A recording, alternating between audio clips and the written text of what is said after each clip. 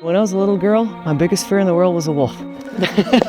I don't have a fear of wolves anymore. We visited the Colorado Wolf and Wildlife Center to learn more about their story.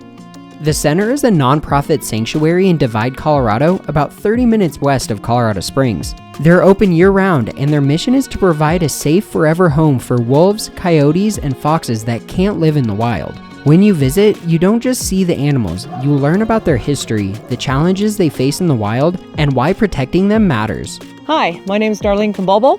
I am the founder and director of Colorado Wolf and Wildlife Center. Let's go meet some wolves. So I'd like to tell you a little history about the center here and how I got started. You wouldn't believe I'm working with wolves. It's been 32 years now, and when I was a little girl, my biggest fear in the world was a wolf. It's sort of interesting how things change your life, and I want to take you down that journey. But how I started is when I moved here to Colorado, I had no idea what I was going to do, and I started doing some volunteer work at a local animal shelter. My job as a volunteer there is we would take dogs to PetSmart that had only one day left to live. Well, there was this beautiful, beautiful wolf dog that was scheduled to be euthanized that evening. I looked at her and I thought, oh my gosh, she is just amazing. I'm wondering if I could take her and try to get her adopted out, because my job was to take these dogs to PetSmart and try to find them a home. The animal control officer said I couldn't do it because she was a wolf dog. So after several times of begging him, he finally said, I'll tell you what, when you get back, if she's still here, she's yours. So I went to PetSmart, set up my little booth there, and was able to adopt out the 3 dogs that I had. Looked at my watch, and I only had not very long before they were going to euthanize this wolf dog. So I got back up the mountain as quickly as I could, and I'll never forget this as long as I live. When I opened up the door, they had her on a leash, and they were taking her in the back room to euthanize her. So I sort of yelled at him, and I said, hey,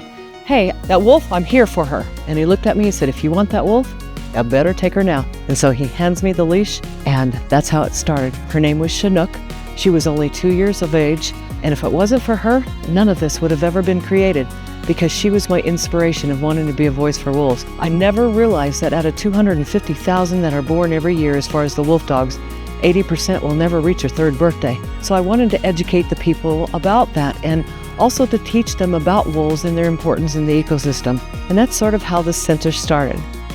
My name is Kelly Murphy. I'm the Assistant Director and the Animal Care Supervisor at the Colorado Wolf and Wildlife Center. So I got started here about 7 years ago. I actually started as a volunteer, but more importantly, I learned why wolves are so worthy of protection and they're so worthy of advocacy, and people should be educated about them and their overall importance. Wolves are so misunderstood. There's such a terrible depiction and picture when people think about wolves in their head. I think a big part of that stems back from, cultural practices in media where we think of wolves and we think of big bad wolf. And it's up to us as humans to educate ourselves to figure out if those stories are actually true or not. And I learned very quickly that those stories are not true. This is why we advocate for these animals and why we do our best to teach people about them, because if this is what we think of when we think of the big bad wolf, maybe our perceptions of them would be a little bit more skewed. This is much more typical of what you would see for animals that are raised in human care. Humans are one of the big downfalls and one of the reasons for their demise.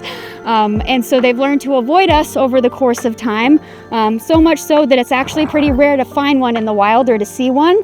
I always get asked, if I see a wolf in the wild, what should I do? And I say, take a picture and consider yourself lucky, because it is not going to happen again. So Darlene raised all of our wolves from when they were a puppy.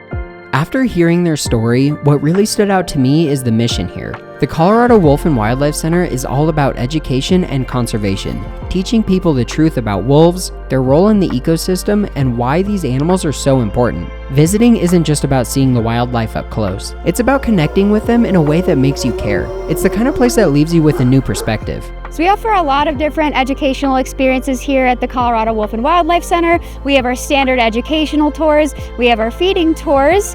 We have interactive experiences such as our meet and greet, where you can bring your friends and family and interact with some of our animals.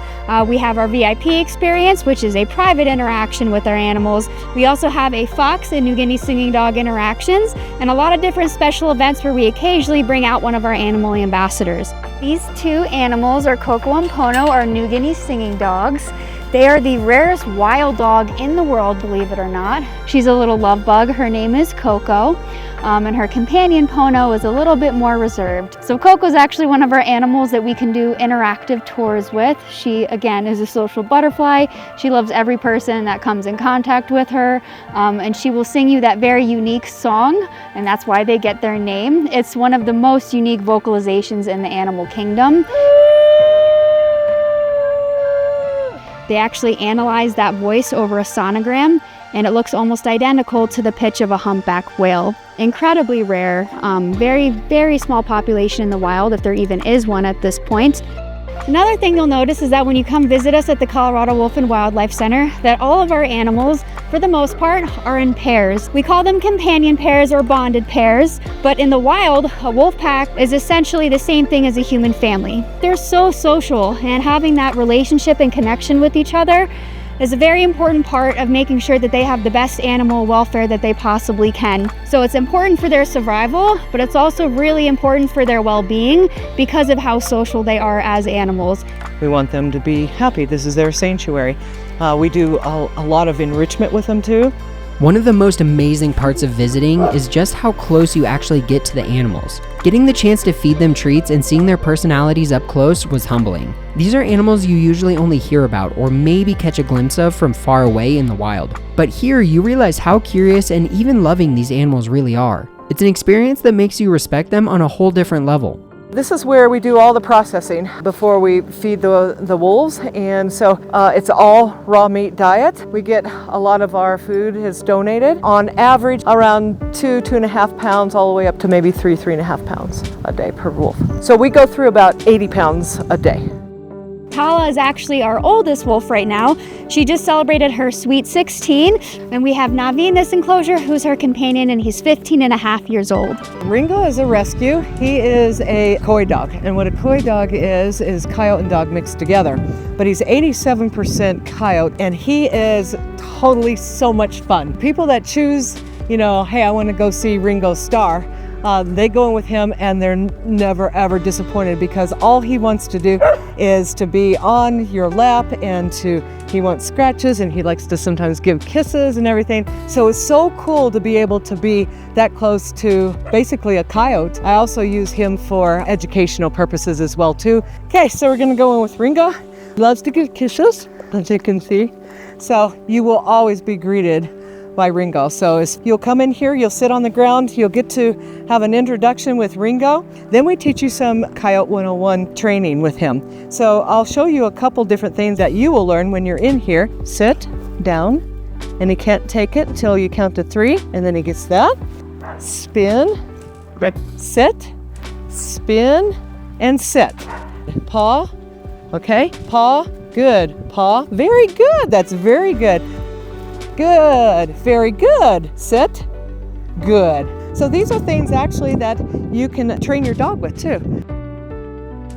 If you'd like to keep informed and stay in touch with our center, we have multiple different social media platforms. We're constantly sharing different information about our animals, our center, and how you can get involved in our mission if you choose to do so. We have a lot of volunteer opportunities on our website, so if you want to go to wolfeducation.org/volunteer, you can find a lot of different tiers. We do our best to accommodate everybody. We accept all the help that we can get, and we're very fortunate for any donations you guys are willing to put into the center. We appreciate all of your time and support. After going on the tour, I have to say, it's an experience that I'll remember forever. Getting to see the wolves, foxes, and coyotes up close, hearing their stories, and then watching the wolves howl together was just incredible. It's not like going to a zoo. This feels personal, and you walk away with a whole new appreciation for these animals. It was a true honor to interact and connect with these beautiful creatures.